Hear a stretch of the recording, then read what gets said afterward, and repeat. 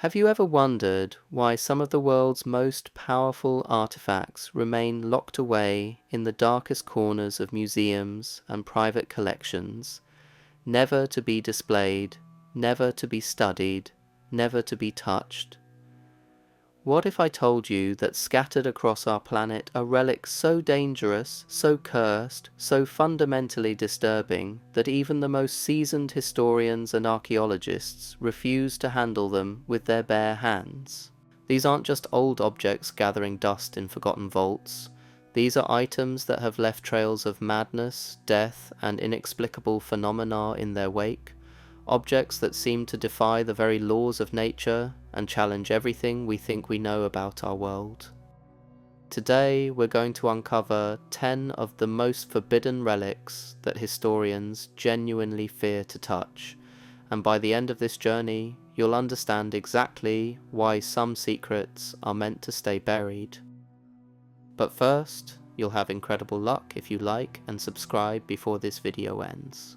Welcome back to Dream Vault Mysteries, where we dive deep into the shadows of history to uncover the truths that others dare not speak. I'm your host, and what I'm about to share with you today goes far beyond your typical archaeological mystery. We're talking about objects that have been documented to cause physical harm, psychological breakdowns, and events that science simply cannot explain. Over the past 3 years, I've spent countless hours researching these forbidden artifacts, speaking with museum curators who've refused to go on record, tracking down historians who've witnessed these objects firsthand, and compiling evidence that most institutions would prefer remained hidden. What I've discovered is a pattern so disturbing, so consistent across cultures and centuries, that it's impossible to dismiss as mere coincidence. You see, throughout human history, certain objects have acquired a reputation that transcends folklore and enters the realm of documented fact. These aren't ghost stories or urban legends. These are meticulously recorded cases of artifacts that seem to possess an inherent malevolence, a dark energy that affects everyone who comes into contact with them. And the most chilling part, the academic community knows about these objects, they've studied them, and they've made a collective decision to keep them locked away from public view. Let me give you just a taste of what we're dealing with here. Picture walking into a storage room beneath one of the world's most prestigious museums. The air is thick and oppressive despite the climate control systems running constantly. Your guide, a curator with decades of experience, stops before a particular display case and refuses to go any closer. Their hands are shaking slightly as they explain that 3 different researchers have suffered complete psychological breakdowns after examining the object inside. The last one never recovered. That's the reality we're stepping into today. So fasten your seatbelt, because we're about to explore a side of history that most people never get to see. A world where ancient curses aren't just superstition, and where touching the wrong artifact can literally change your life forever. Our first forbidden relic takes us to the rain-soaked moors of Scotland, where an object of such malevolent power resides that it's been locked away for over 2 centuries. This is the story of the Hexham Heads, 2 small stone carvings that have terrorized everyone who's encountered them since their discovery in 1971. The terror began, innocently enough, when 2 young boys were weeding their garden in Hexham, Northumberland. Colin and Leslie Robson unearthed what appeared to be 2 ancient stone heads, roughly the size of tennis balls, carved with crude but distinctly human features. One head depicted a man, the other a woman, both bearing expressions that seemed to shift between anguish and rage depending on the light. What happened next defies rational explanation. Within hours of bringing the heads into their home, the Robson family began experiencing phenomena that would drive them to the brink of madness. Objects in their house moved on their own, often violently. Beds shook without cause. Most terrifying of all, family members reported seeing a dark, wolf-like creature stalking through their home, its eyes glowing with an otherworldly intelligence. The heads were quickly removed from the house, but their reign of terror was far from over. Dr. Anne Ross, a respected archaeologist and Celtic scholar, agreed to examine the artifacts in her Newcastle home. Dr. Ross was no stranger to ancient relics, having spent her entire career studying Celtic and Roman artifacts. She was skeptical of the supernatural claims surrounding the heads, viewing them as likely modern reproductions with no genuine historical significance. That skepticism vanished on her first night with the objects. Dr. Ross was awakened by the sound of her teenage daughter screaming. Racing to the girl's room, she found her daughter cowering in terror, pointing at the staircase. There, according to both Dr. Ross and her daughter, stood a creature unlike anything from the natural world. It was humanoid, but covered in dark fur, with elongated limbs and eyes that seemed to burn with malevolent intelligence. The creature stared at them for several moments before turning and walking down the stairs, its footsteps echoing through the house. But the nightmare was just beginning. Over the following weeks, the Ross household descended into chaos. The creature appeared repeatedly, always at night, always bringing with it an atmosphere of overwhelming dread. Dr. Ross, despite her academic training and rational worldview, found herself unable to function normally. She couldn't eat, couldn't sleep, couldn't concentrate on her work. The heads seemed to exert a psychic pressure that grew stronger with each passing day. The breaking point came when Dr. Ross's husband encountered the creature face to face in their kitchen.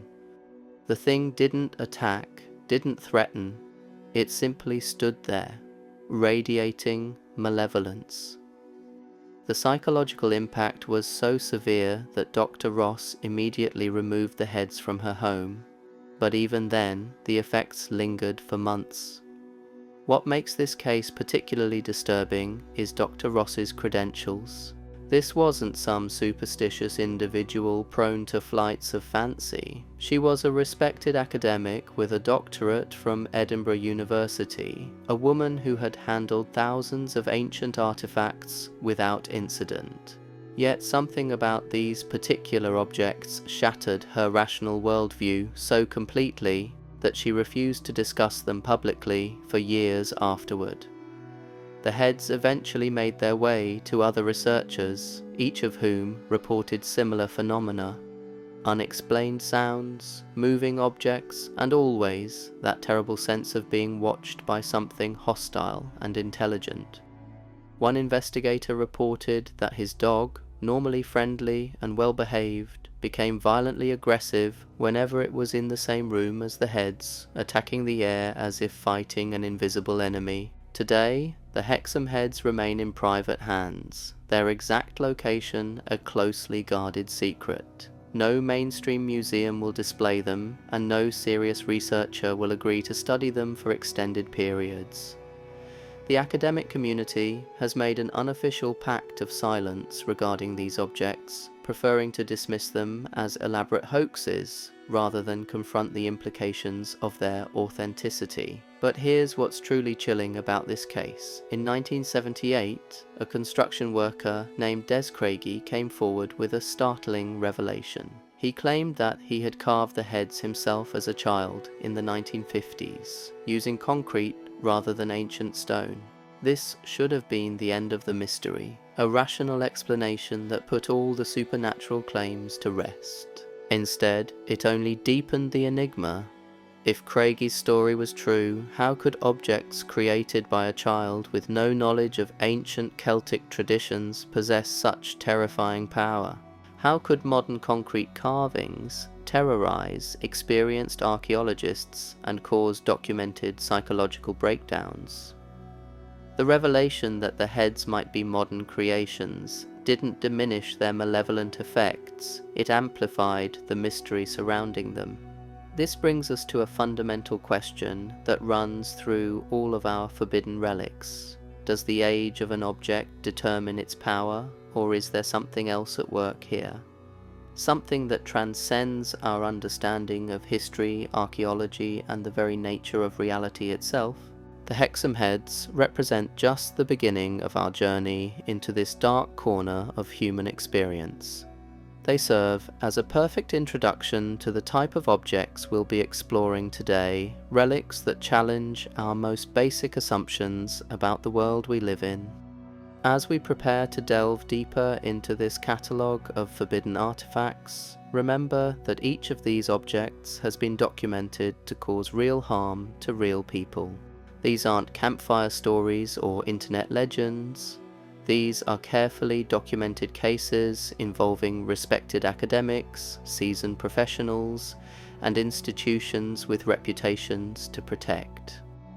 Our next forbidden relic takes us from the moors of Scotland to the bustling streets of London, where an object so cursed resides that the British Museum refuses to display it, despite it being one of their most historically significant acquisitions. This is the tale of the unlucky mummy, officially known as the mummy board of Amen-Ra, an artifact that has left a trail of death and disaster spanning over a century. The story begins in the 1860s when 4 young Englishmen, wealthy and adventurous, decided to purchase an Egyptian mummy case during their visit to Thebes. The ornate sarcophagus lid, decorated with the image of a priestess of Amen-Ra, was offered to them by a local dealer who seemed unusually eager to part with it. The price was reasonable, almost suspiciously so, but the young men were too excited by their exotic purchase to question the dealer's motivations. They should have. Within hours of the purchase, the first tragedy struck. One of the 4 men simply vanished while exploring the desert near the Valley of the Kings. Despite extensive searches, no trace of him was ever found. The remaining 3, shaken but determined to continue their adventure, arranged for the mummy case to be shipped back to England. The second death occurred during the journey home. Another member of their group suffered what appeared to be a random accident, falling overboard during calm seas. Witnesses reported that he seemed to lose his balance suddenly, as if pushed by an invisible force. His body was never recovered.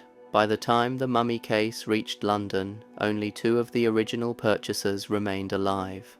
The surviving men, now thoroughly convinced that their acquisition was cursed, wanted nothing more than to rid themselves of it as quickly as possible. One sold his share to the other, and within weeks that man's house burned down in a mysterious fire that started in the room where the mummy case was stored. He escaped with his life, but lost everything else. The desperate man finally managed to sell the cursed artifact to a wealthy collector, but the chain of misfortune was far from broken. The new owner, a prominent businessman with interests in shipping, experienced a series of catastrophic failures. 3 of his ships sank under mysterious circumstances, his warehouses were plagued by unexplained fires, and his health began to deteriorate rapidly.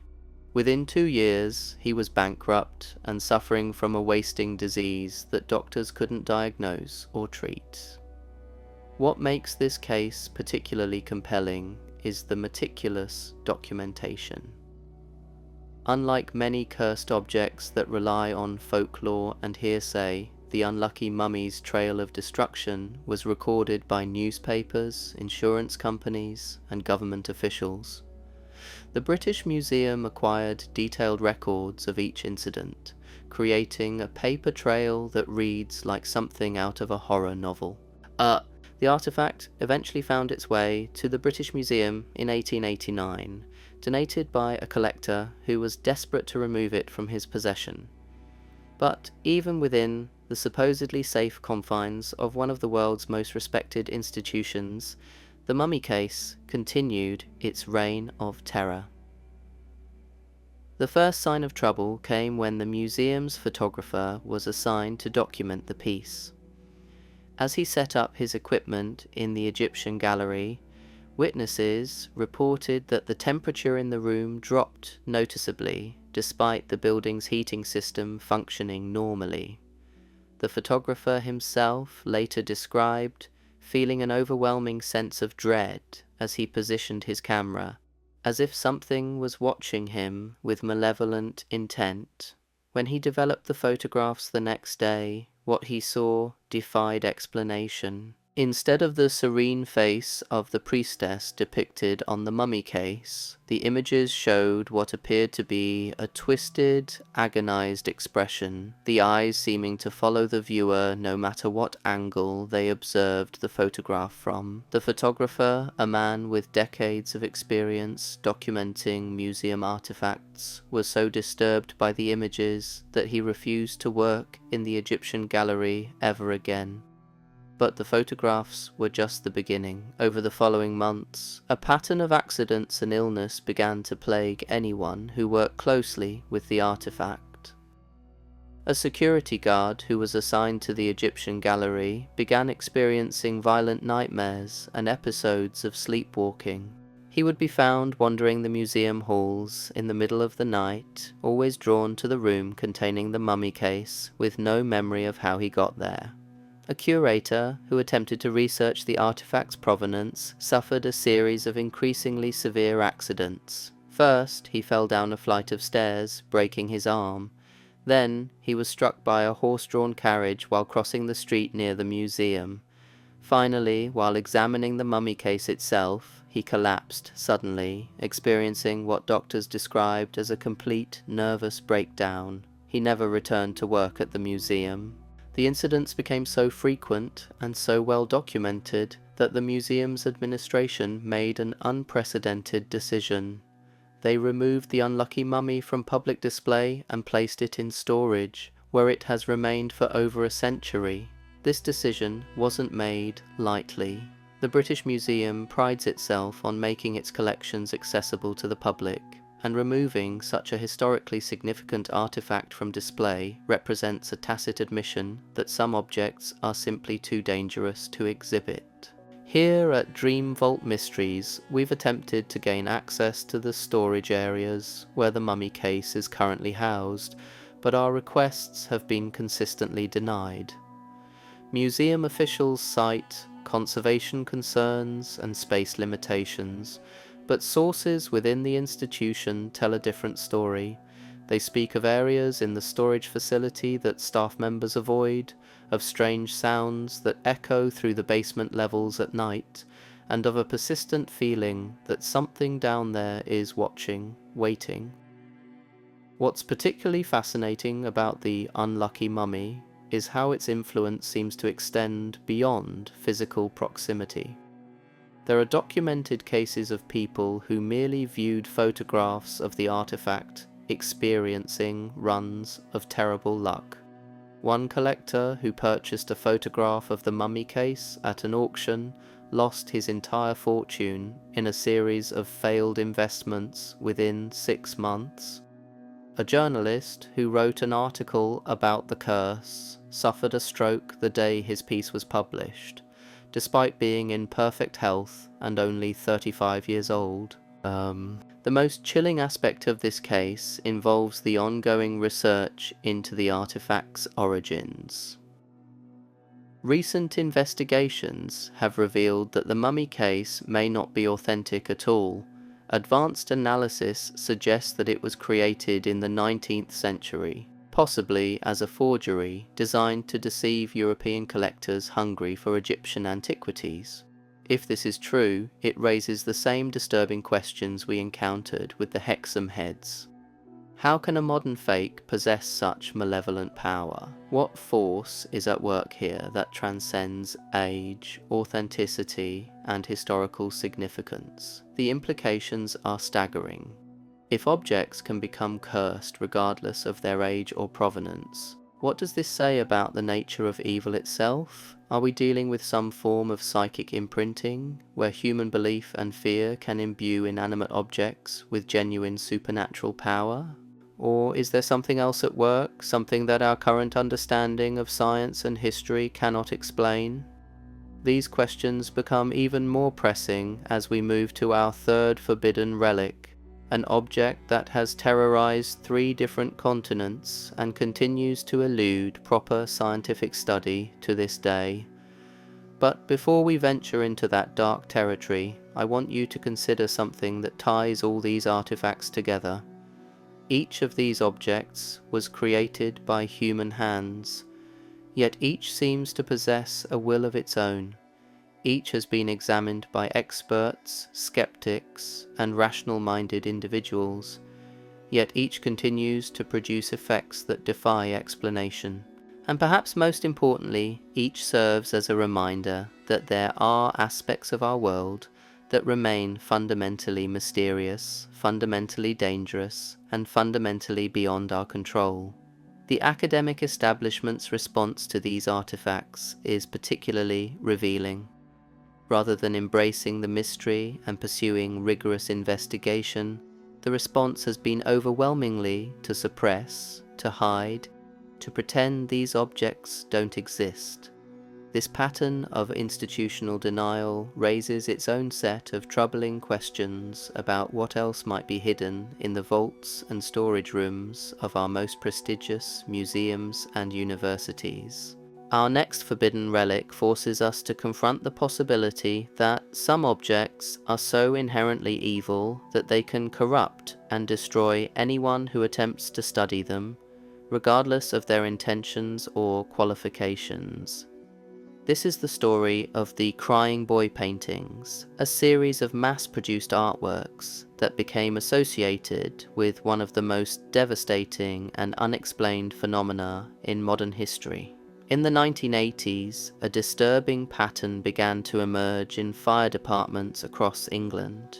House fires, particularly those that resulted in total destruction, were increasingly revealing a strange commonality. Among the charred remains of family homes, firefighters kept discovering the same thing: paintings of crying children that had survived the flames completely intact, often still hanging on walls, while everything around them had been reduced to ash. The paintings themselves were unremarkable, mass-produced prints created by Spanish artist Giovanni Bragolin, also known as Bruno Amadio. They depicted various children, all with tears streaming down their faces, all captured in moments of apparent anguish. The prints had been sold in department stores and gift shops throughout the UK, marketed as inexpensive home decoration. Nobody could have predicted that these innocent-looking artworks would become the centre of one of the most documented cases of cursed objects in modern times. The pattern was first noticed by a fire investigator named Ron Hall, who had spent over 20 years examining the aftermath of house fires. Hall was a methodical man, trained to look for evidence of arson, electrical faults, and other explainable causes of fire. But he began to notice something that his training couldn't account for. In fire after fire, these particular paintings not only survived, but seemed to be the only objects that remained completely undamaged.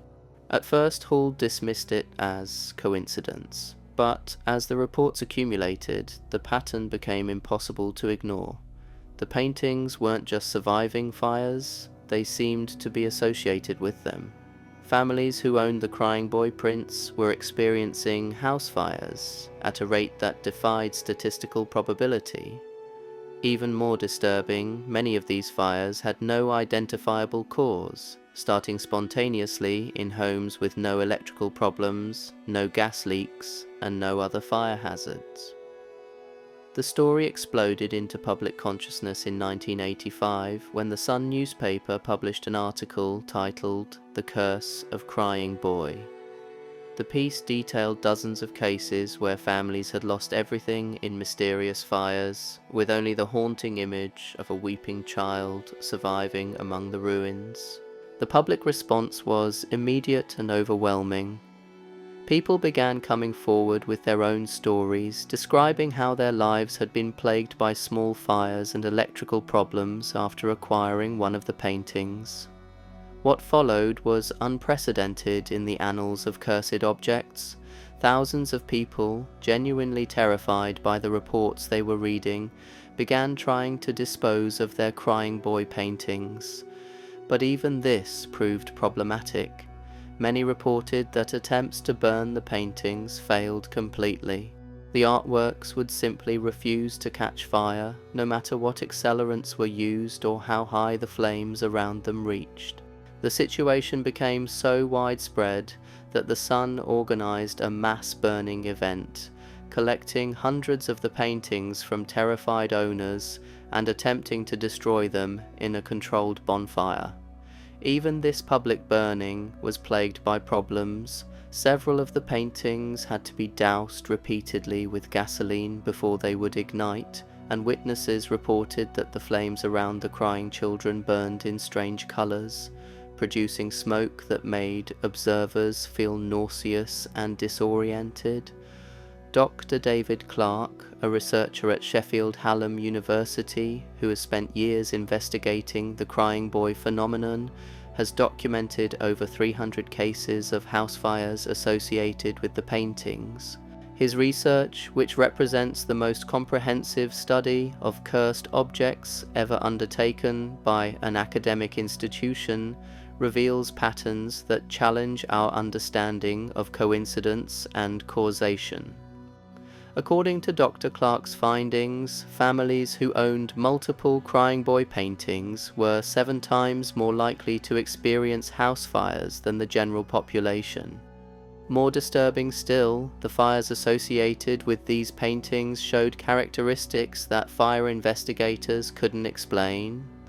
They burned hotter than normal house fires, spread faster than physics would predict, and left behind damage patterns that didn't match any known type of combustion. The psychological impact on the families involved cannot be overstated. Many reported that even before the fires occurred, the paintings seemed to exert a malevolent influence on their homes. Children would refuse to enter rooms where the paintings hung. Pets would become agitated and aggressive when near the artworks, and family members reported having vivid nightmares featuring the crying children depicted in the images. One particularly disturbing case involved the Morrison family from Leeds. They had purchased a crying boy painting at a church jumble sale, attracted by the low price and the child's innocent expression. Within weeks of hanging the painting in their living room, their young daughter began experiencing severe nightmares, waking up screaming about the sad boy who wants to play. The family dog, previously well behaved, began howling at the painting and refused to enter the room where it hung. The situation escalated when small fires began breaking out around their home. A curtain caught fire for no apparent reason. A chair smouldered spontaneously. Electrical outlets sparked without any detectable fault in the wiring.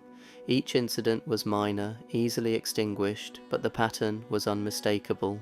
The fires always occurred in rooms adjacent to where the painting was hung, and they always happened when the family was present, as if something wanted them to witness what was happening.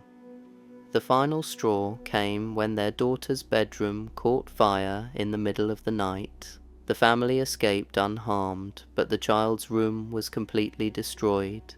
The only object that survived was a smaller crying boy print that had been hanging in the hallway outside her door. It remained perfectly intact, still hanging straight on the wall, while everything around it had been consumed by flames. The Morrison family, like thousands of others, found themselves facing a terrifying question. How do you dispose of an object that refuses to be destroyed? The answer, it seems, is that you don't. You pass the curse along to someone else, often unknowingly. Many of the crying boy paintings that were thought to have been destroyed in the mass burnings simply reappeared in charity shops and second-hand stores, ready to terrorize a new generation of unsuspecting owners.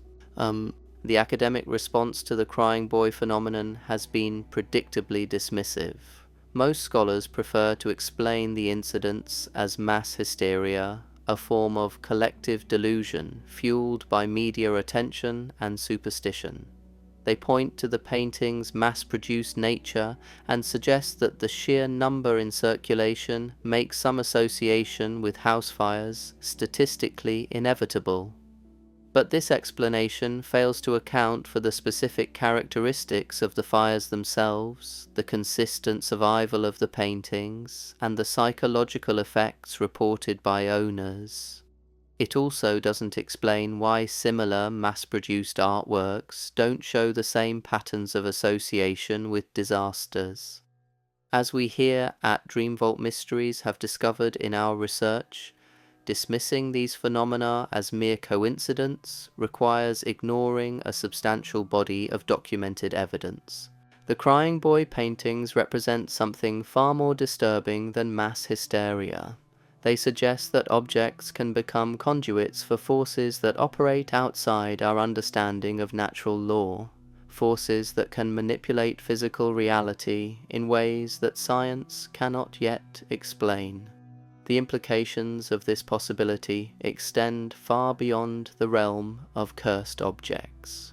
If human-made items can acquire supernatural properties through unknown mechanisms, what does this say about the nature of consciousness, intention, and the relationship between mind and matter? Are we dealing with some form of psychokinetic phenomenon, where collective belief and fear can literally reshape reality?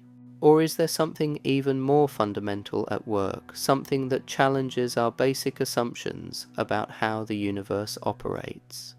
These questions become even more urgent as we examine our next forbidden relic, an object so dangerous that its very location is kept secret by an international conspiracy of academics and government officials.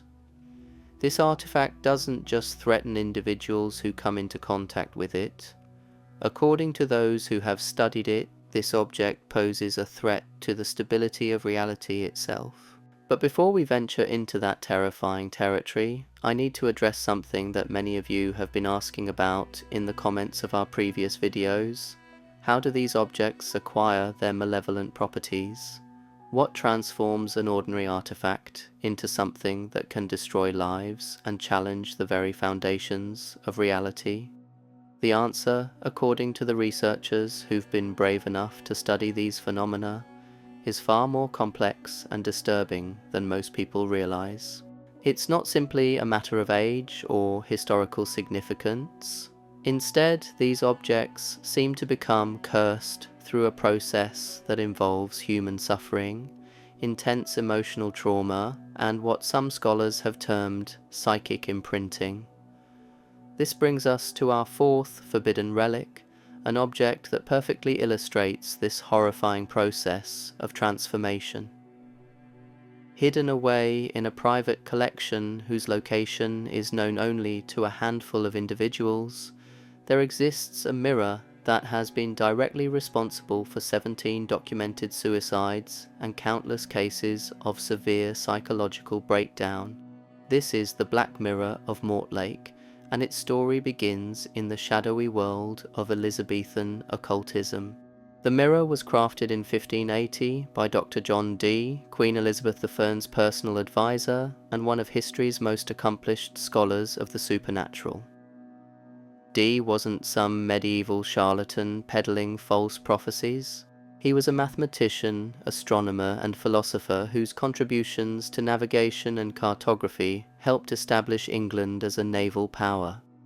But Dee was also deeply involved in what he called angelic conversations, attempts to communicate with supernatural entities through the use of specially prepared scrying mirrors. The Black Mirror of Mortlake was Dee's masterpiece, a disc of polished obsidian that he claimed could pierce the veil between worlds and allow direct communication with beings from other planes of existence. According to Dee's meticulously kept journals, the mirror worked exactly as intended. Through its dark surface, he claimed to receive messages from entities that called themselves angels, but whose true nature remains deeply questionable. The first hint that something was terribly wrong came when Dee's assistant, Edward Kelly, began experiencing what we would now recognize as severe psychological deterioration. Kelly had been working with the mirror for several months, serving as Dee's medium during their supernatural experiments. Initially, he reported seeing beautiful visions and receiving profound wisdom from the entities that appeared in the mirror's depths, but gradually the nature of these communications changed. The beings that Kelly encountered became increasingly demanding, asking for sacrifices and promising rewards that never materialized. They began to appear outside of the formal scrying sessions, manifesting in Kelly's peripheral vision during normal daily activities. The assistant reported feeling constantly watched, constantly judged by invisible eyes that followed him wherever he went. The breaking point came during what Dee recorded as their final successful session with the mirror. According to his journal entries, Kelly suddenly began screaming during a routine communication attempt, clawing at his eyes and claiming that something was trying to pull him through the mirror's surface. Witnesses reported that Kelly's reflection in the obsidian disc appeared to be moving independently, reaching toward the surface as if trying to escape from within. Kelly never recovered from this experience. He spent the remainder of his life in and out of various asylums, claiming that the entities from the mirror were still with him, still whispering instructions and threats that only he could hear. He died in 1597, falling from a tower window in what was officially recorded as an accident, but which many believed to be suicide. Dr. Dee, shaken by his assistant's fate, sealed the mirror away and refused to speak of it publicly. But he couldn't resist the temptation to continue his research in private. His later journal entries, discovered centuries after his death, reveal a man slowly descending into madness as he continued to use the mirror alone, without Kelly's assistance to ground him in reality. The final entries in Dee's journal make for disturbing reading. He wrote of shadows that moved independently of their sources, of voices speaking languages that had never been heard by human ears, and of a growing certainty that the entities he had contacted were not angels at all, but something far more malevolent. His last coherent entry, dated just weeks before his death, contained a single line repeated over and over. "They are coming through. God help us all. They are coming through." After Dee's death in 1608, the mirror passed through a series of private collectors, each of whom met with tragedy. The pattern was always the same: initial fascination with the mirror's supposed powers, followed by a gradual descent into obsession, paranoia, and ultimately self-destruction. One particularly well-documented case involves Lord Pemberton, a wealthy landowner who acquired the mirror in 1743. Pemberton was a rational man, a member of the Royal Society with interests in natural philosophy and scientific investigation. He purchased the mirror as a curiosity, intending to study its optical properties and debunk the supernatural claims surrounding it. Within 6 months of acquiring the artifact, Pemberton's servants reported dramatic changes in their master's behaviour. He spent hours each day staring into the mirror's depths, claiming to see visions of future events and distant places. His correspondence from this period reveals a man becoming increasingly disconnected from reality, writing long letters to colleagues about conspiracies and supernatural threats that existed only in his imagination. The end came suddenly.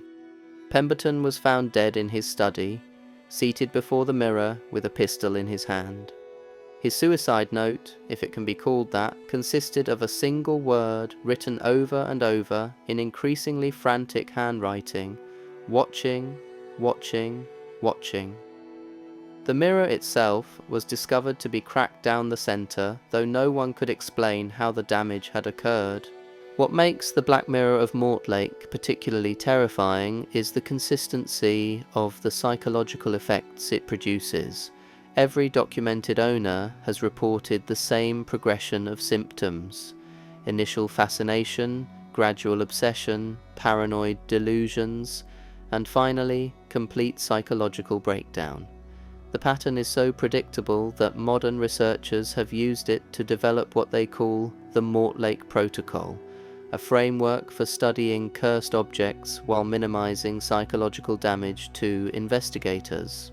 Dr. Sarah Hendricks, a psychiatrist who has studied the mirror's effects for over a decade, describes the psychological profile of its victims with chilling precision.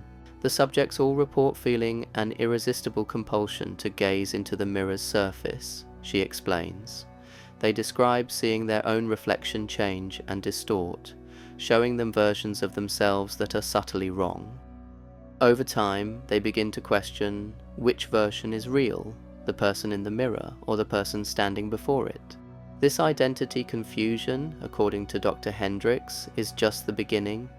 Victims progress to believing that the mirror contains a separate world inhabited by malevolent entities that are trying to break through into our reality. They become convinced that they are the only thing standing between these entities and the destruction of everything they hold dear. The psychological pressure of this imagined responsibility proves too much for most minds to bear. The mirror's current location is one of the most closely guarded secrets in the world of forbidden artifacts. Even here at Dream Vault Mysteries, with our extensive network of contacts in the academic and museum communities, we've been unable to determine where it's currently housed. What we do know is that it's in the possession of a private collector who has taken extraordinary precautions to prevent anyone from viewing it directly. According to our sources, the mirror is kept in a specially constructed vault, sealed behind multiple layers of one-way glass that allow observation without direct eye contact with the obsidian surface. Even maintenance staff who clean the facility are required to wear specially designed helmets that block their peripheral vision, preventing accidental glimpses of the artifact. The secrecy surrounding the Black Mirror of Mortlake raises disturbing questions about how many other dangerous artifacts might be hidden in private collections around the world. If wealthy individuals are willing to go to such extraordinary lengths to possess objects that they know to be deadly, what does this say about human nature? Are we so drawn to power and forbidden knowledge that we're willing to risk our sanity and our lives to possess it? These questions become even more pressing when we consider our fifth forbidden relic, an object that demonstrates how cursed artifacts can influence not just individuals, but entire communities and cultures. This is the story of the Devil's Footprints, a series of bronze plaques that have been moving across Europe for over 4 centuries, leaving a trail of madness and social collapse in their wake. The plaques first appeared in a small German village in 1638 during the height of the 30 Years' War. Local records describe them as circular bronze discs, each about the size of a dinner plate, bearing the impression of what appeared to be a cloven hoof, surrounded by strange symbols that no scholar has ever been able to translate. The plaques were discovered buried in the village square during construction of a new well, and their unearthing coincided with the beginning of what historians now call the Hartwell Madness. Within weeks of the plaques' discovery, the entire village began experiencing mass hallucinations. Residents reported seeing demonic figures dancing in the streets at night, heard inhuman voices speaking from empty houses, and witnessed impossible phenomena like water flowing uphill and shadows moving independently of their sources. The local priest attempted to bless the plaques and remove whatever curse they carried, but he was found dead the next morning. His body unmarked, but his face frozen in an expression of absolute terror. The villagers' descent into chaos was swift and complete. Neighbors turned against neighbors, accusing each other of witchcraft and demonic possession. Families barricaded themselves in their homes, afraid to venture outside where the bronze plaques lay exposed in the village square. Within 6 months, half the population was dead, either from starvation, violence, or what the records describe as madness-induced self-destruction. The surviving villagers finally managed to remove the plaques from their community, but this only transferred the curse to wherever the artifacts were taken next. Over the following centuries, the Devil's footprints have appeared in dozens of locations across Europe, each time bringing with them the same pattern of mass hysteria, social breakdown, and inexplicable deaths. What makes this case particularly fascinating is how well documented the plaques movements have been. Church records, government documents, and newspaper accounts have tracked their journey across the continent with remarkable precision. They appeared in a French monastery in 1702, leading to a wave of possessions among the monks that resulted in the institution being permanently closed.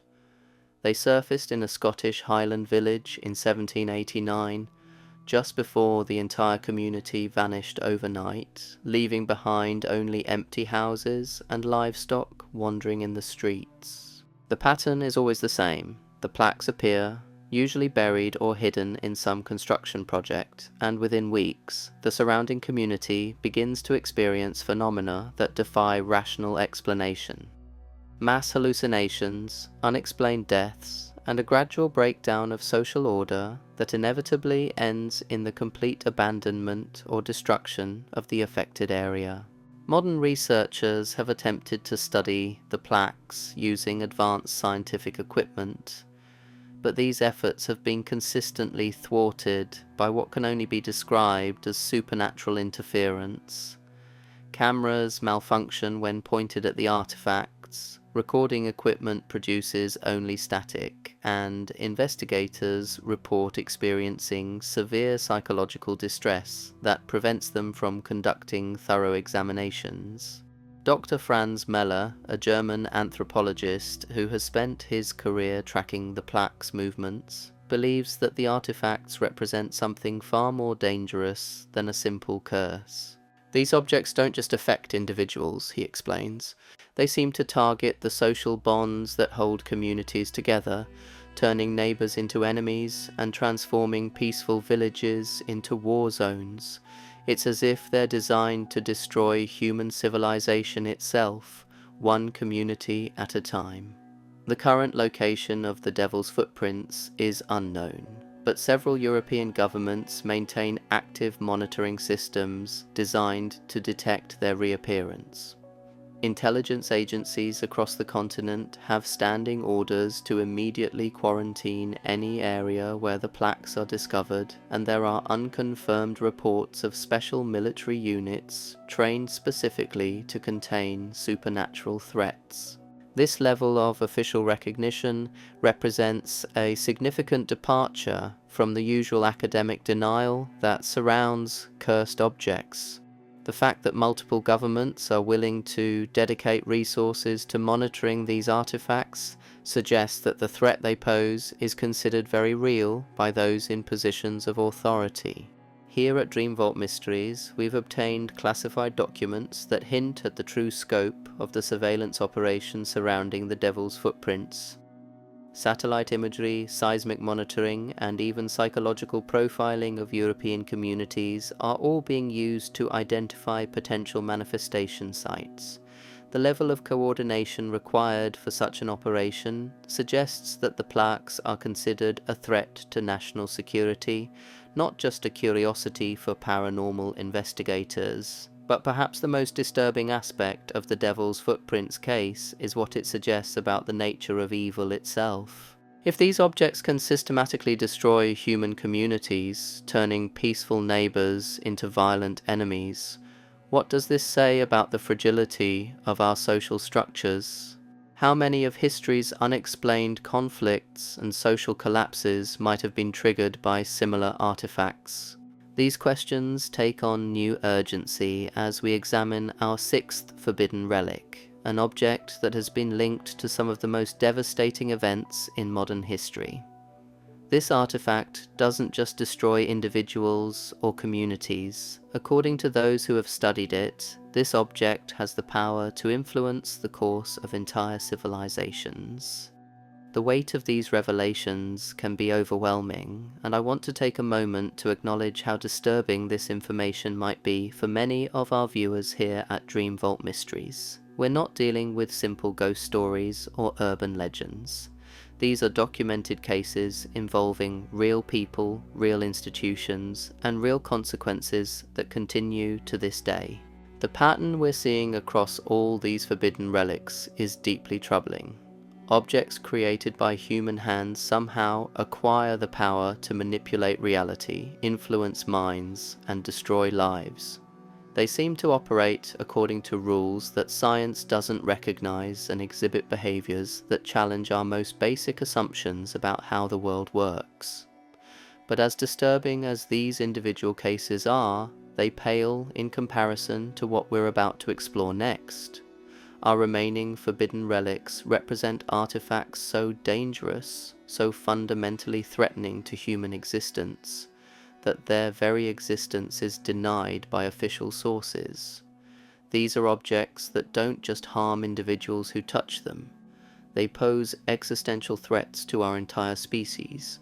As we venture deeper into this catalogue of forbidden knowledge, we encounter artifacts that transcend individual tragedy and enter the realm of species-level threats. Our sixth forbidden relic is an object so dangerous that its existence has been systematically erased from historical records, its location known only to a secret consortium of government officials and military leaders from 7 different nations. This is the Chronicle of Endings, a leather-bound manuscript that has been directly linked to 3 of history's most catastrophic events. Unlike the other artifacts we've examined, this book doesn't simply harm those who handle it. According to the classified documents we've obtained here at Dream Vault Mysteries, the Chronicle appears to predict and potentially influence global disasters on an unprecedented scale. The manuscript first appeared in recorded history in 1912, discovered among the personal effects of a deceased Austrian diplomat named Heinrich Vandermeer. Vandermeer had been serving as an attaché in the Balkans, a region already simmering with political tensions that would soon explode into world war. His colleagues described him as a rational, methodical man with no interest in the occult or supernatural phenomena. That changed when Vandermeer acquired the Chronicle from a dying monk in a Serbian monastery. The monk, speaking in broken German with his final breaths, warned Vandermeer that the book contained prophecies that should never be read aloud, visions of future catastrophes that could somehow be brought into reality through the act of reading them. Vandermeer, being an educated man of the early 20th century, dismissed these warnings as medieval superstition. He brought the Chronicle back to his hotel room in Vienna and began attempting to translate its contents. The manuscript was written in a mixture of languages, some recognizable as Latin or Greek, others completely unknown to scholars, but certain passages seemed to shift and change before the reader's eyes, revealing their meaning through some form of psychic transmission rather than traditional translation. What Vandermeer found in those pages horrified him.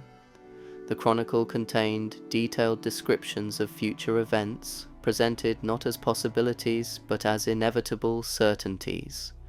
He read of a great war that would engulf all of Europe, triggered by the assassination of an archduke in Sarajevo.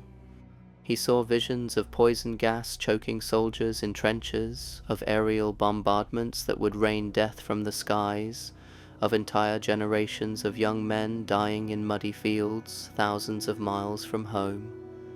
But the most terrifying aspect of these visions was their specificity. The Chronicle didn't just predict that a war would come, it provided exact dates, locations, and casualty figures. It described the assassination of Archduke Franz Ferdinand, down to the type of pistol that would be used and the sandwich the assassin would be eating when he fired the fatal shots. Vandermeer's colleagues noticed dramatic changes in his behavior after he began studying the manuscript. He became obsessed with political events in the Balkans, sending increasingly frantic cables to his superiors in Vienna, warning of impending disaster. His reports grew more detailed and more accurate, predicting political developments with uncanny precision. But rather than being praised for his insights, Vandermeer found himself under investigation by Austrian intelligence, who suspected him of being involved in some form of espionage network. The situation reached its climax on June 28, 1914, the exact date the Chronicle had specified for the Archduke's assassination. Vandermeer was found dead in his hotel room that morning, apparently having died of a heart attack during the night. The Chronicle was discovered on his desk, open to a page that described not just the assassination that would occur later that day, but the entire chain of events that would follow. The Austrian ultimatum to Serbia, the mobilization of Russian forces, the German invasion of Belgium, and the 4 years of unprecedented carnage that would reshape the entire world. The manuscript was immediately confiscated by Austrian authorities, but its influence didn't end with Vandermeer's death. Every official who examined the Chronicle reported the same disturbing experience. The text seemed to reveal new prophecies to each reader, showing them visions of future disasters specific to their own time and place. More troubling still, these prophecies had a tendency to come true with horrifying accuracy. By 1918, as the Great War finally ended, with exactly the casualty figures the Chronicle had predicted, the manuscript had passed into the hands of British intelligence. The officer assigned to study it was a young academic named Reginald Hartwell, who had been recruited for his expertise in ancient languages and religious texts. Hartwell approached the Chronicle with the same skeptical rationality that had initially characterized Vandermeer's investigation. Like his predecessor, Hartwell found his skepticism quickly eroded by the manuscript's impossible accuracy. The Chronicle revealed to him visions of a second, even more devastating global conflict that would begin in 1939. He saw images of a failed Austrian painter rising to power in Germany, of mechanized warfare that would dwarf the carnage of the recent war, of weapons so powerful they could destroy entire cities in seconds. But what disturbed Hartwell most wasn't the scale of the predicted destruction. It was the realization that the Chronicle seemed to be influencing events rather than simply predicting them. The manuscript contained detailed instructions for rituals and ceremonies that could supposedly accelerate the timeline of predicted disasters. More horrifying still, Hartwell began to suspect that previous readers had actually performed these rituals, helping to bring about the very catastrophes they had hoped to prevent. The evidence for this theory was circumstantial but compelling. The Chronicle contained margin notes in multiple handwritings, some in languages that predated the manuscript's supposed creation date. These annotations appeared to be records of ritual performances, with dates and locations that corresponded to major historical disasters. The Black Death, the destruction of Constantinople, the Spanish Inquisition, all appeared to have been preceded by entries in the Chronicle's margins. Hartwell's investigation was cut short when he suffered what his colleagues described as a complete mental breakdown. He was found in his office at the War Ministry, ranting about the Watchers and claiming that the Chronicle's true authors were still alive, still influencing world events from behind the scenes. He spent the remainder of his life in a private asylum where he continued to produce detailed predictions about future disasters until his death in 1943. The Chronicle disappeared from official records after Hartwell's breakdown, but intelligence agencies across Europe continued to monitor its possible reappearance. The manuscript surfaced again in 1938 in the possession of a German occult society that had connections to high-ranking Nazi officials. This group, known as the Thule Society, had been collecting supernatural artifacts for what they claimed were archaeological purposes, but intelligence reports suggested they were actually attempting to weaponize cursed objects for military advantage. The Thule Society's experiments with the Chronicle reportedly focused on accelerating the timeline of predicted events, using the manuscript's rituals to bring about favourable outcomes for the German war effort. But as with previous attempts to manipulate the book's prophecies, the results were catastrophic for everyone involved. Several members of the Society died under mysterious circumstances, and the Chronicle's predictions began to focus exclusively on Germany's eventual defeat and the horrors that would follow.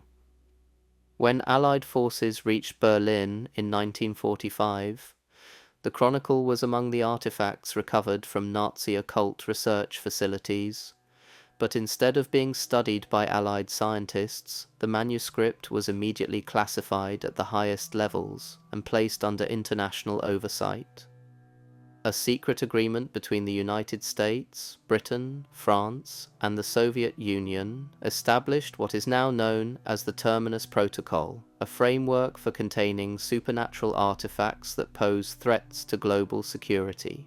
Under the Terminus Protocol, the Chronicle of Endings has been studied by a rotating team of international researchers, each serving limited terms to prevent the psychological breakdown that seems to affect anyone who spends extended time with the manuscript.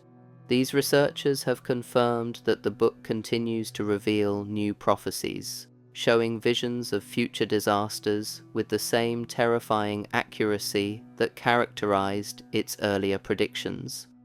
Current prophecies contained within the Chronicle reportedly include detailed descriptions of climate-related catastrophes, technological disasters involving artificial intelligence, and social collapses triggered by economic inequality.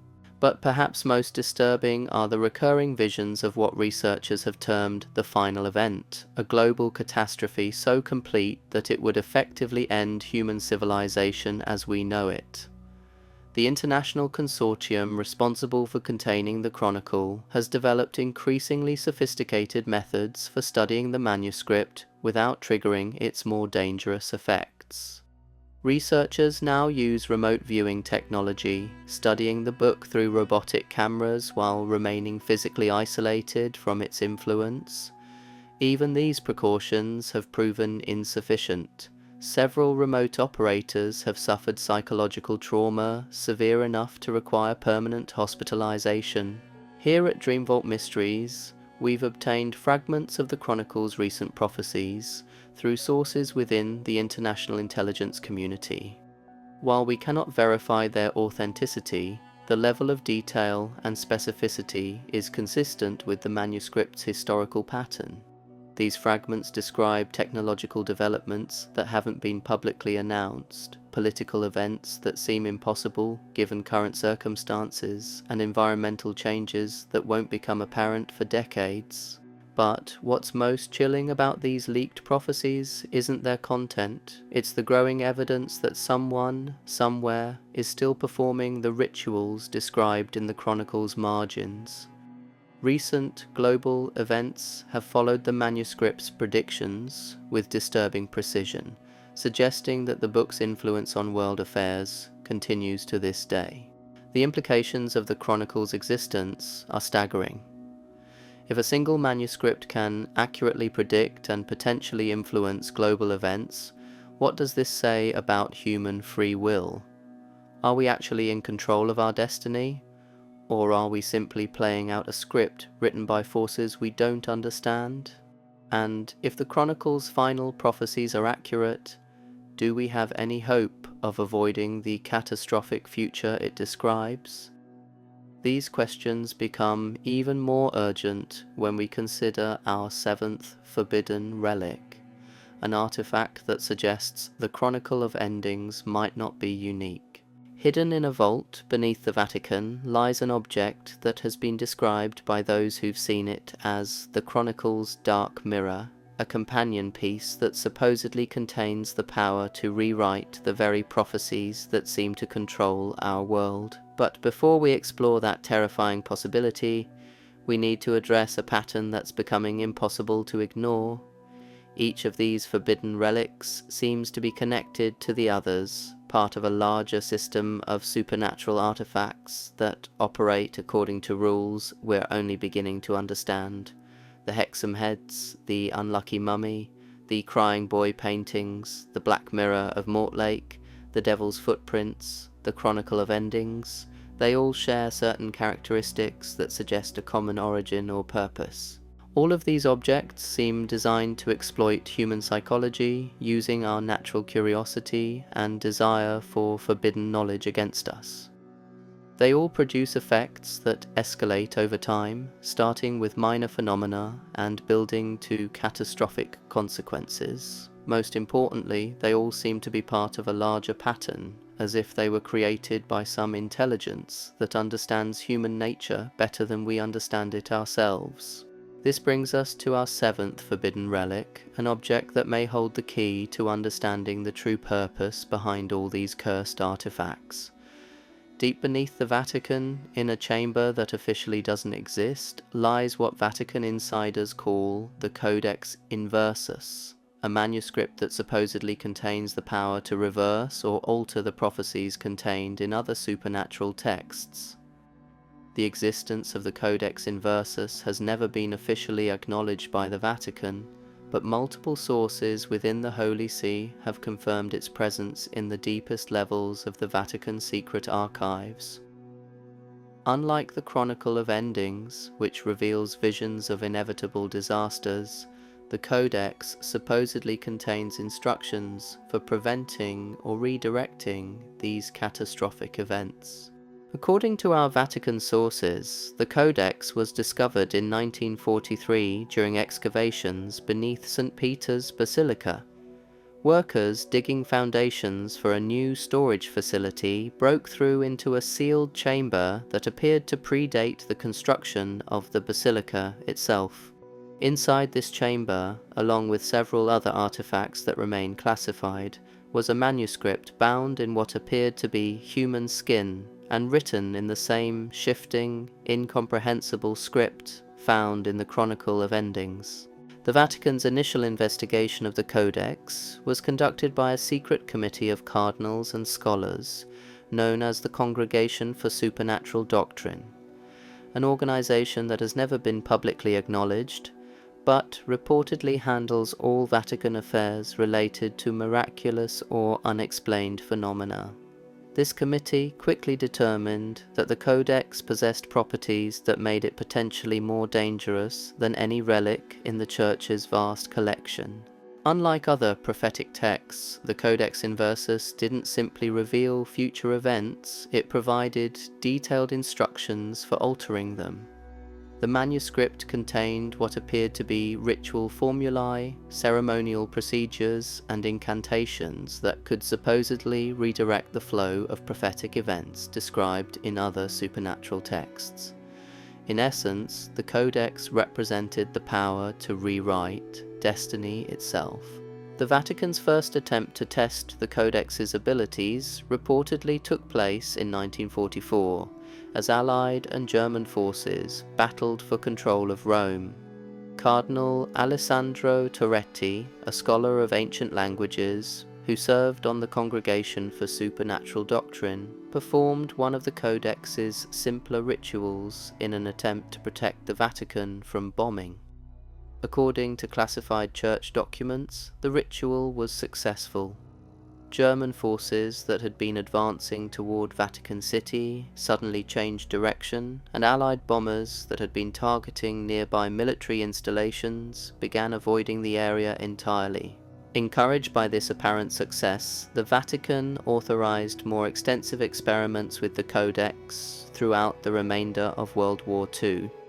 Church officials reportedly used the manuscript's rituals to influence the outcome of specific battles, protect Catholic populations in occupied territories, and even attempt to alter the mental state of Nazi leadership.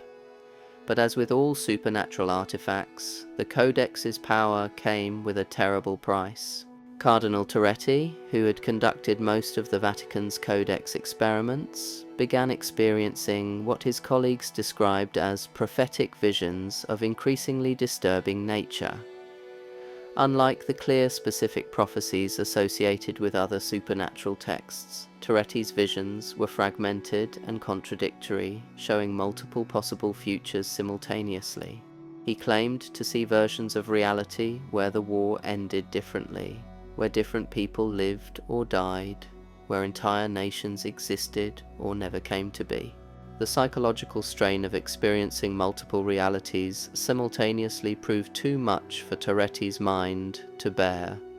He began losing track of which version of events had actually occurred, questioning whether his own memories were real or simply artifacts from alternate timelines. His condition deteriorated rapidly until he could no longer distinguish between past, present, and future, experiencing all temporal states as a single, overwhelming moment of existence.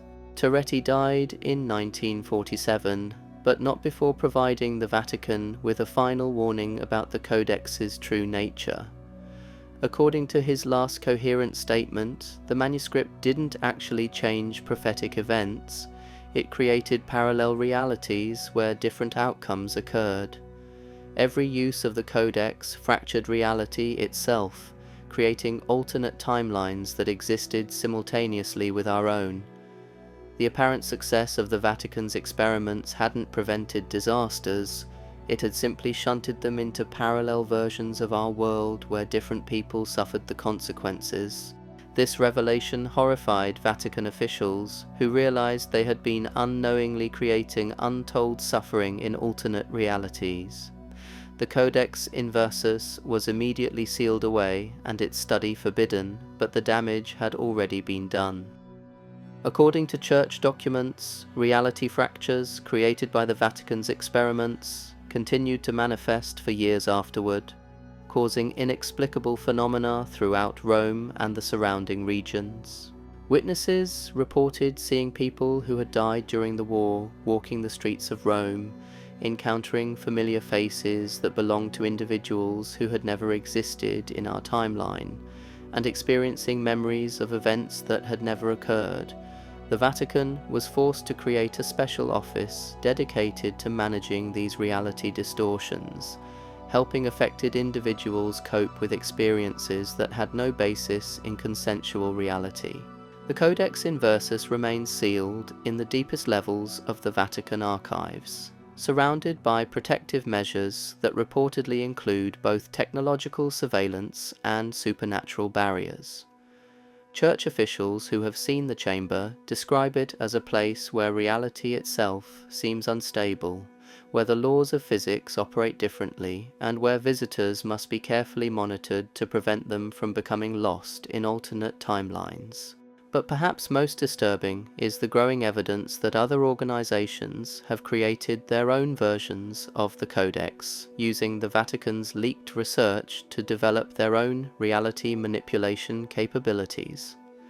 Intelligence agencies in several countries reportedly maintain classified programs dedicated to studying supernatural artifacts, and there are unconfirmed reports of government experiments involving temporal manipulation and parallel reality creation. Here at Dream Vault Mysteries, we've received anonymous communications from individuals claiming to be former participants in these classified programs. Their testimonies describe experiments involving artificial prophecy creation, timeline manipulation, and attempts to communicate with entities from parallel realities. While we cannot verify these claims, the consistency of the accounts and the level of technical detail suggest that someone, somewhere, is continuing the work that the Vatican abandoned decades ago. The existence of the Codex Inversus and similar artifacts raises profound questions about the nature of reality itself.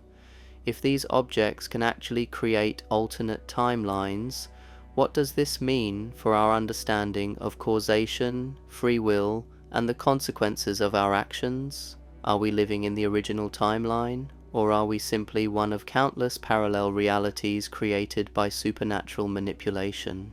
These questions become even more pressing when we consider our eighth forbidden relic, an object that suggests the timeline fractures created by the Codex Inversus may be spreading, creating a cascade effect that threatens to unravel the stability of reality across multiple dimensions. This artifact, known to researchers as the Convergence Engine, has been linked to an increasing number of reports involving temporal anomalies, parallel reality intrusions, and what scientists have termed consensus reality breakdown. The Convergence Engine represents perhaps the most dangerous artifact in our entire catalogue, an object so fundamentally threatening to the structure of existence itself that its very presence in our reality may be causing irreversible damage to the fabric of space-time. But understanding this artifact requires us to first grasp the full implications of what we've already discovered about the interconnected nature of these forbidden relics. You see, the pattern we've been tracking throughout this investigation suggests that these objects aren't simply individual cursed items scattered randomly across the globe. Instead, they appear to be components of a larger system, pieces of a supernatural mechanism whose ultimate purpose remains hidden from human understanding. The psychological effects, the reality distortions, the cascading disasters, they all seem to be building towards something, preparing for an event that none of us are equipped to comprehend. As we prepare to examine our final two forbidden relics, I want you to consider the possibility that everything we've discovered so far has been leading to this moment. The Hexam heads that opened doorways between worlds, the chronicle of endings that revealed the script of future disasters, the Codex Inversus that fractured reality itself. What if these weren't separate phenomena, but parts of a single coordinated plan? What if someone, or something, has been systematically placing these artifacts throughout human history, using our own curiosity and desire for forbidden knowledge to manipulate us into activating a mechanism whose true purpose we're only now beginning to understand? And what if that mechanism is finally reaching the point of activation, threatening not just individual lives or communities, but the very existence of our reality itself? The answers to these questions lie in our examination of the final forbidden relics, objects so dangerous that their existence challenges everything we thought we knew about the universe and our place within it. But I must warn you, the knowledge we're about to explore comes with a price. Once you understand the true nature of these artifacts and the forces behind them, you can never return to the comfortable ignorance that protects most of humanity from the terrifying truth about our world. Our eighth forbidden relic, the Convergence Engine, exists at the intersection of science and supernatural horror, representing humanity's most dangerous attempt to harness forces that were never meant to be controlled. Hidden away in a facility whose location is known only to a handful of individuals at the highest levels of international government, this device has been called the key to understanding why reality is breaking down around us. The engine's origins trace back to the aftermath of World War II, when both Allied and Axis forces were desperately searching for ways to weaponize the supernatural artifacts they had discovered during the conflict. The Nazi Ahnenerbe had collected dozens of cursed objects for their occult research programs, while Allied intelligence had captured German scientists who claimed to understand the theoretical principles behind supernatural phenomena. In 1947, a joint American-British research program codenamed Operation Threshold brought together the world's leading experts in theoretical physics, archaeology, and what was then called anomalous phenomena research. Their mission was to create a technological device that could harness and control the reality-altering effects exhibited by supernatural artifacts, essentially bridging the gap between magic and science. The team, led by Dr. Marcus Whitfield of MIT and Professor James Harrington of Cambridge, spent 5 years studying the quantum mechanics underlying supernatural phenomena. Their research revealed that cursed objects operated by manipulating what they termed probability cascades, essentially rewriting the statistical likelihood of specific events occurring within localized space-time regions. By 1952, the team had constructed their first prototype, a massive mechanical device that resembled a cross between a particle accelerator and an ancient ritual circle. The convergence engine, as it came to be known, used precisely calibrated electromagnetic fields to create artificial probability cascades, theoretically allowing operators to influence reality in the same way as supernatural artifacts, but with scientific precision and control. The first test of the convergence engine took place on March 15, 1953, at a classified facility in the Nevada desert. The experiment was designed to be simple: use the engine to influence the outcome of a coin flip, demonstrating controlled reality manipulation on a small scale. Dr. Whitfield himself operated the device, with a team of observers recording every aspect of the procedure. The test appeared to be successful. The coin, which should have had a 50-50 chance of landing either heads or tails, landed heads 27 times in a row. But the celebration was short-lived. Within hours of the experiment, observers began reporting disturbing phenomena throughout the facility. Clocks ran backward, shadows moved independently of their sources, and several team members reported seeing people who weren't there, or worse, not seeing people who were there. Dr. Whitfield recorded his observations in a classified report that would later be used as evidence of the engine's dangerous effects. The device works exactly as theorized, but the side effects are far more severe than anticipated. We have successfully demonstrated controlled reality manipulation, but in doing so, we appear to have damaged the underlying structure of space-time itself.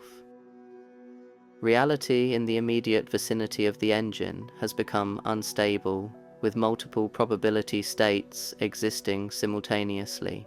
The Nevada facility was evacuated within a week, but the damage had already been done. The area around the test site became what researchers termed a probability storm zone, where the normal laws of physics operated inconsistently.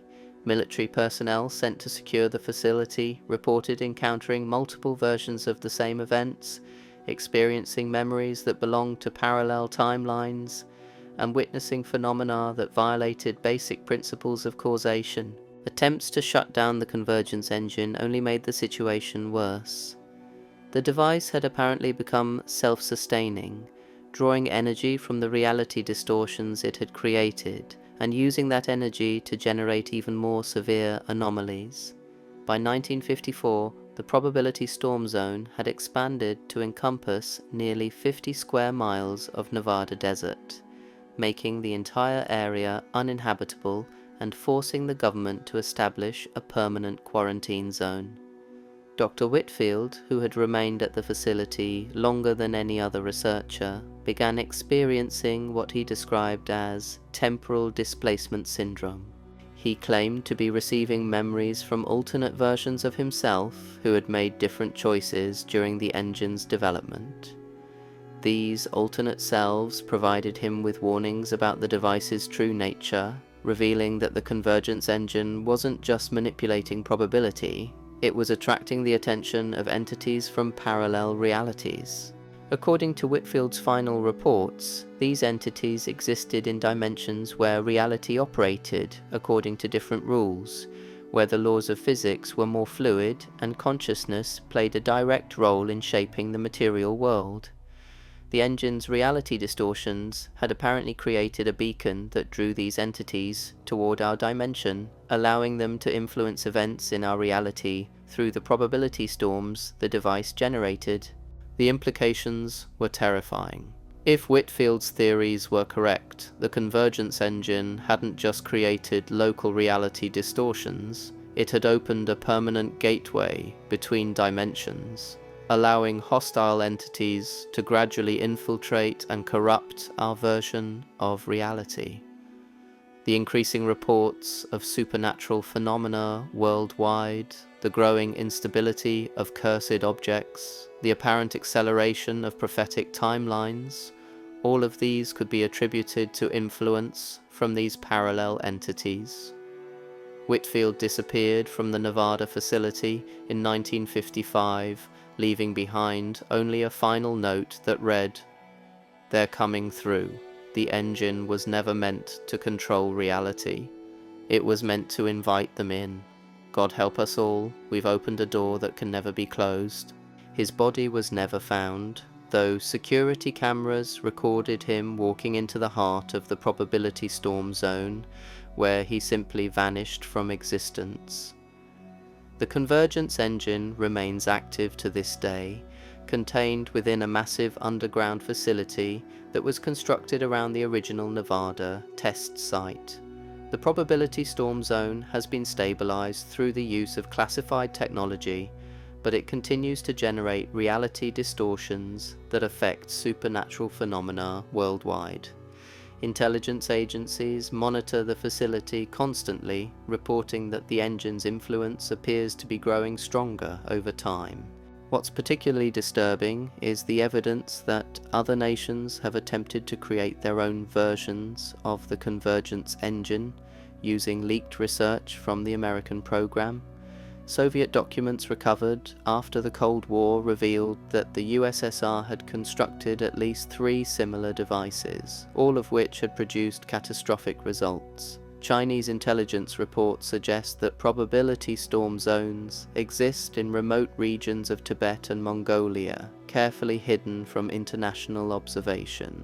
Here at Dream Vault Mysteries, we've obtained satellite imagery that appears to show reality distortions over several locations worldwide, areas where the normal laws of physics seem to operate differently.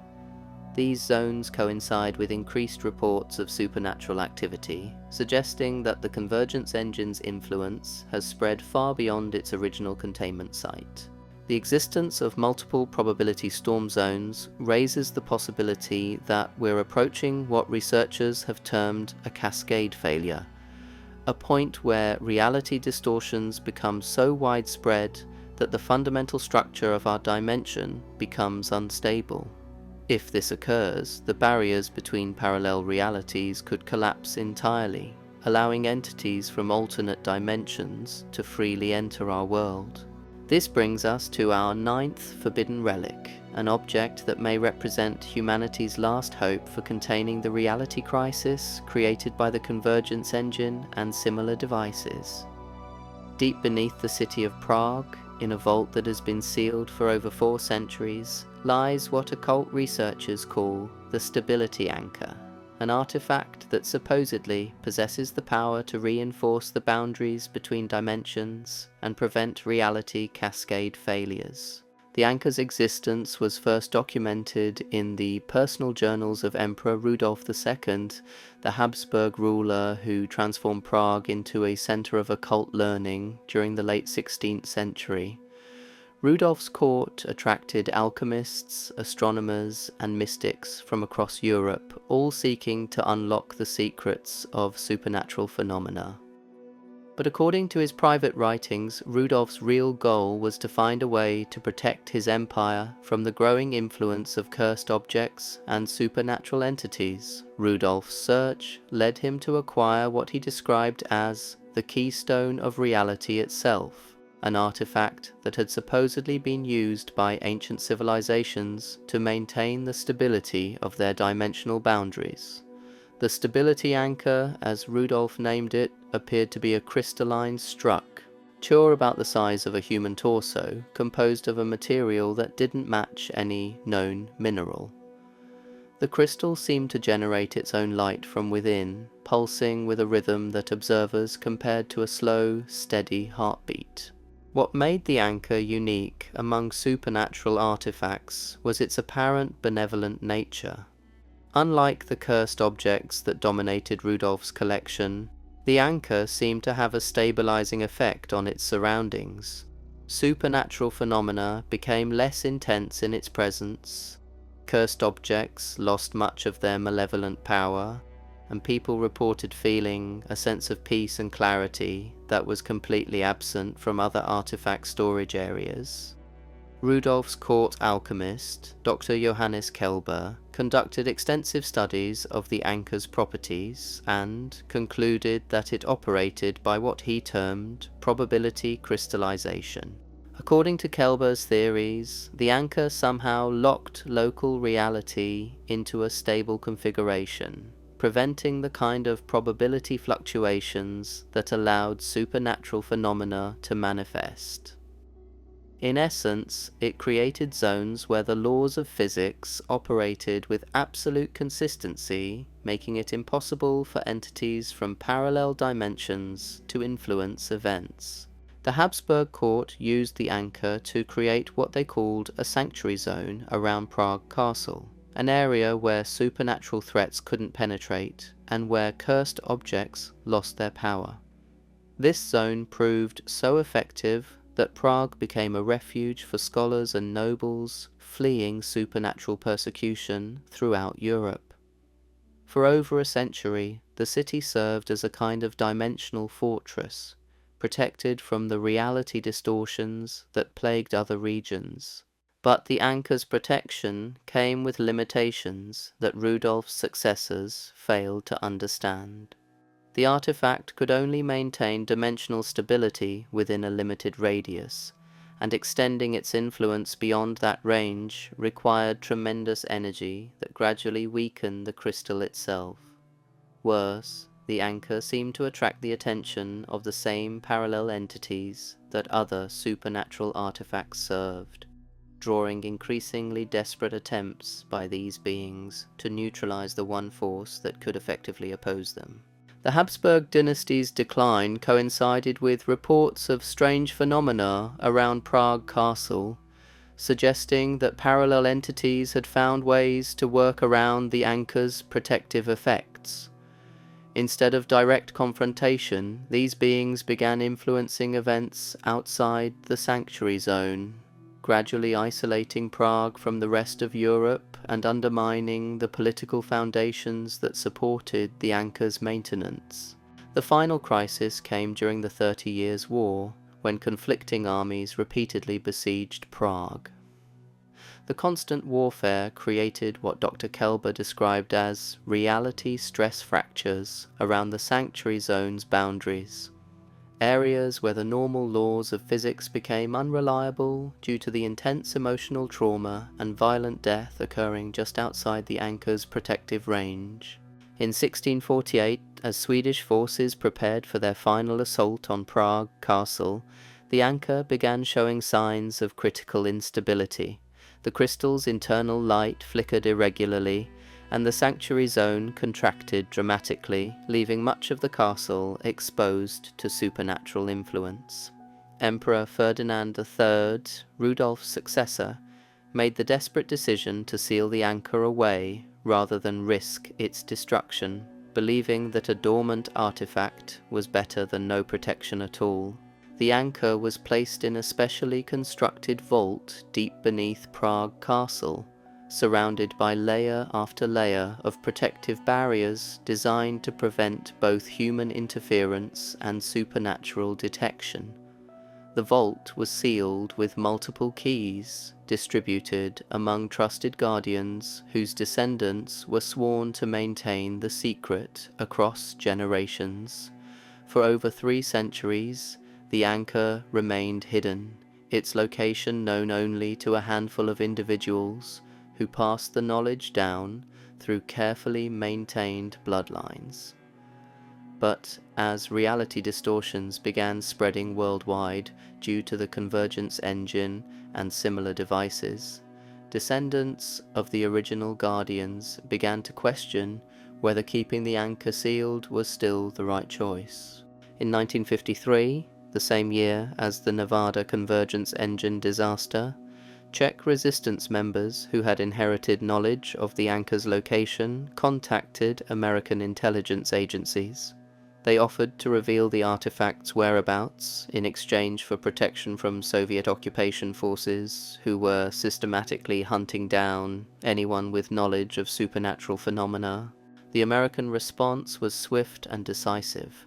A joint CIA military operation extracted the Anchor Guardians from Czechoslovakia and established them in a secure facility in Colorado, where they could continue their hereditary duties under Western protection. But attempts to actually retrieve the anchor itself were repeatedly thwarted by Soviet forces who had apparently learned of its existence through captured Nazi documents. The Cold War entered a new phase, as both superpowers raced to gain control of Prague's supernatural infrastructure.